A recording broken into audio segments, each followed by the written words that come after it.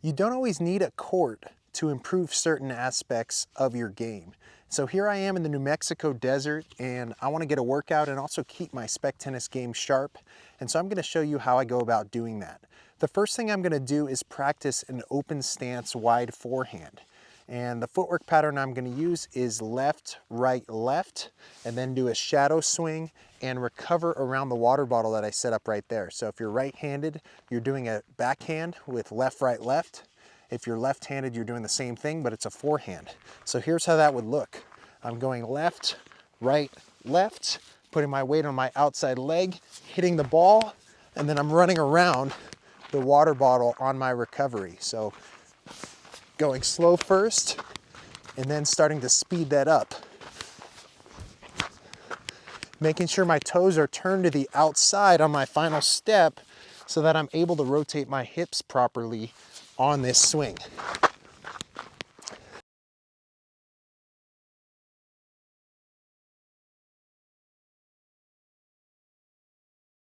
After you get the footwork pattern, then you want to up the intensity a little bit. So I'll do a set of 5 where I'm upping the intensity so that I'm adding that workout component as well.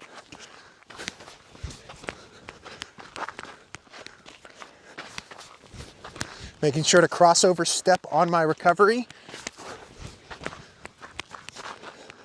And that's 1 set, so I'm already a little bit out of breath. I'll take a little bit of recovery time and then do a few more sets. My goal is to do 5 sets on the forehand before switching to my backhand side.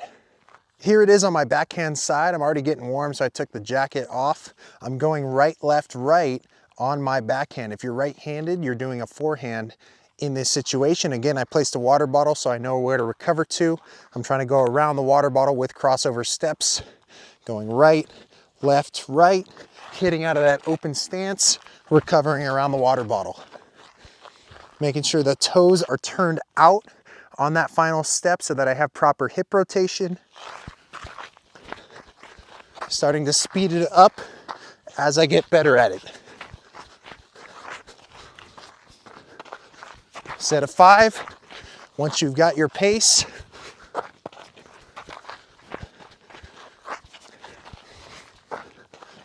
you can even do a split step behind the water bottle as if you're anticipating that next ball coming in. And then take a break after your set. Trying to get 5 sets of that is my goal, but you can set your own goal.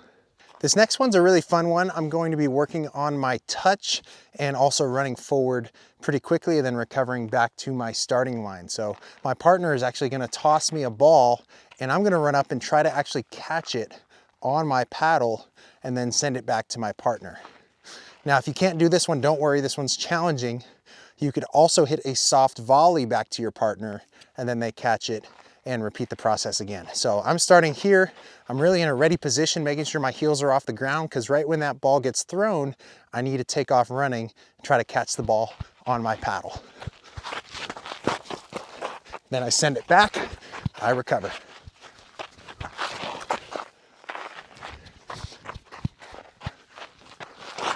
So notice when I'm doing this, I'm really trying to cradle the ball. So the ball's falling, I need my paddle to be slightly lower than the ball as it's falling so that it catches on the paddle rather than rebounding up.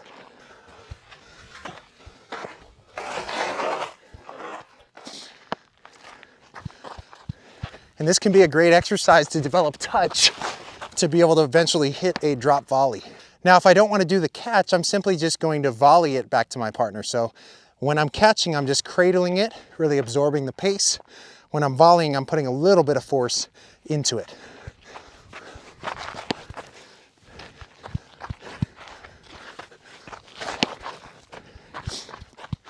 So I either catch it and then send it,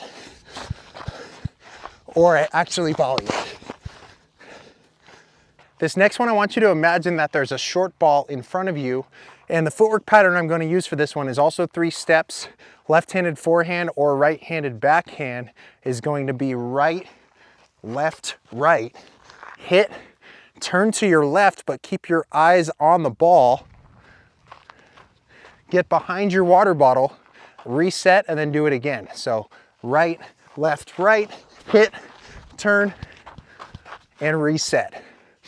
Some things to be aware of here. You want to try to turn your shoulders on your first step. So as I take that step forward, I'm also starting my shoulder turn. That way I'm not in a rush when I get to the ball. My third step should be sideways so that I'm in this nice turn position hitting the ball. Again, I'm going to do a set of 5, take a break, and do 5 total sets of this.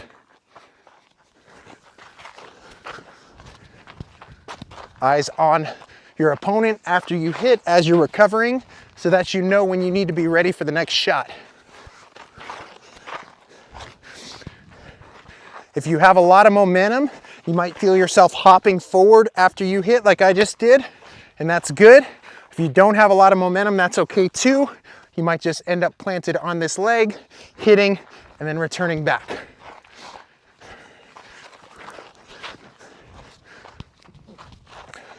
Here's the forward pattern on the backhand side for a left-hander, forehand side for a right-hander. And it's important to remember during all of these exercises that I set out a specific footwork pattern and told you to turn in a certain direction heading back to your water bottle, but there's different styles and different ways that you can do these things. Just for the purpose of this workout, I'm focusing on one specific way. So for example, after you move forward and hit, if you're pretty far into the court, you might actually go forward and go to the net rather than retreating back to the baseline.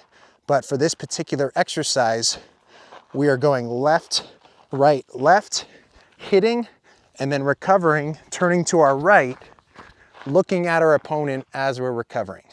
So again, starting from the water bottle, we go left, right, left, hit the ball, recover, eyes on your opponent, face forward again, and repeat that pattern.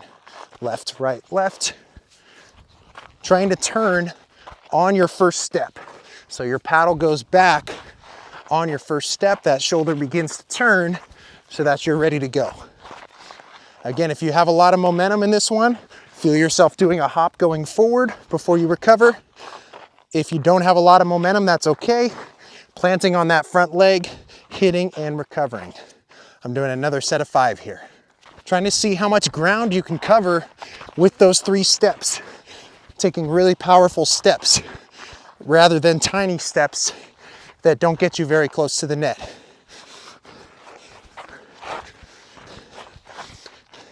So the last exercise that I'm going to show you today in my desert SpecTennis training is using the Topspin Pro, and I'm simply alternating hitting forehands and backhands. After I hit the Topspin Pro, then I'm moving to the other side of it so that I can set myself up for a backhand on the next one.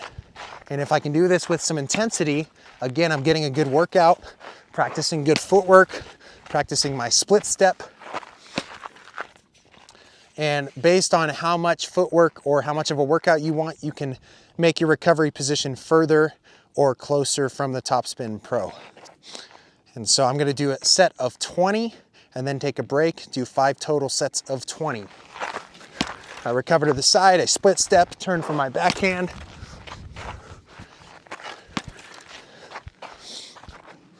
This is also working on my spacing to the ball.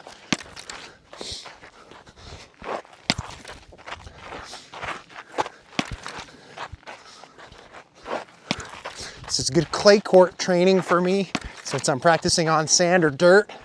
I'm sliding around a little bit.